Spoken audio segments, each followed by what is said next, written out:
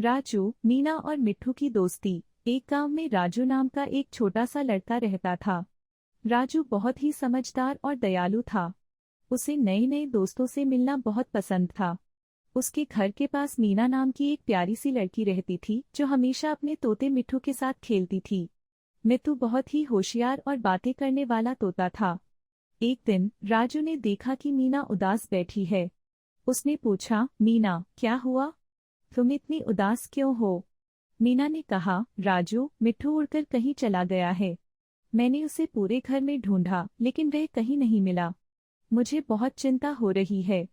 राजू ने उसे सांत्वना दी और कहा, चिंता मत करो मीना, हम दोनों मिलकर मिट्ठू को ढूंढेंगे। दोनों ने गांव के हर कोने में मिट्ठू को ढूंढना शुरू कर दिया।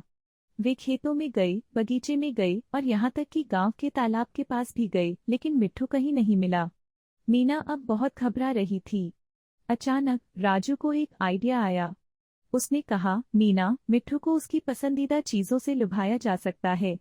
हमें कुछ चिड़चिड़ाहट वाले फल और दाने लाने चाहिए। मीना ने जल्दी से घर से मिट्ठू के पसंदीदा फल और दाने लाए। दोनों ने उन्हें गांव के बीचों बीच रख दिया और इंतजार करने लगे। कुछ समय बाद दूर से एक हरी हरी चिड़िया उड़ती हुई आई और उन दानों के पास बैठ गई। यह मिट्ठू ही था। मीना ने खुशी से कहा, मिट्ठू, तुम यहाँ हो। तुमने हमें कितना डराया। मिट्ठू ने अपने पंख फड़फड़ाए और मीना की उंगली पर बैठकर बोला, मिट्ठू, भूख लगी।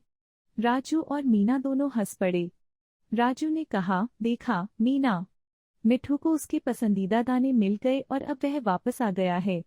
मीना ने राजू को धन्यवाद दिया और कहा, तुम्हारे बिना मैं मिट्ठू को कभी नहीं ढूंढ पाती। तुम सच्चे दोस्त हो। राजू ने मुस्कुराते हुए कहा, दोस्ती का मतलब ही है एक दूसरे की मदद करना। उस दिन के बाद से राजू, मीना और मिट्ठू तीनों पक्के दोस्त बन गए। वे हर दिन साथ खेलते और नए नए खेल खोजते। मिट्ठू भी अपने नटखट बातों से सबको हंसाता रहता था। उनकी दोस्ती पूरे गांव में मिसाल बन गई। समाप्त।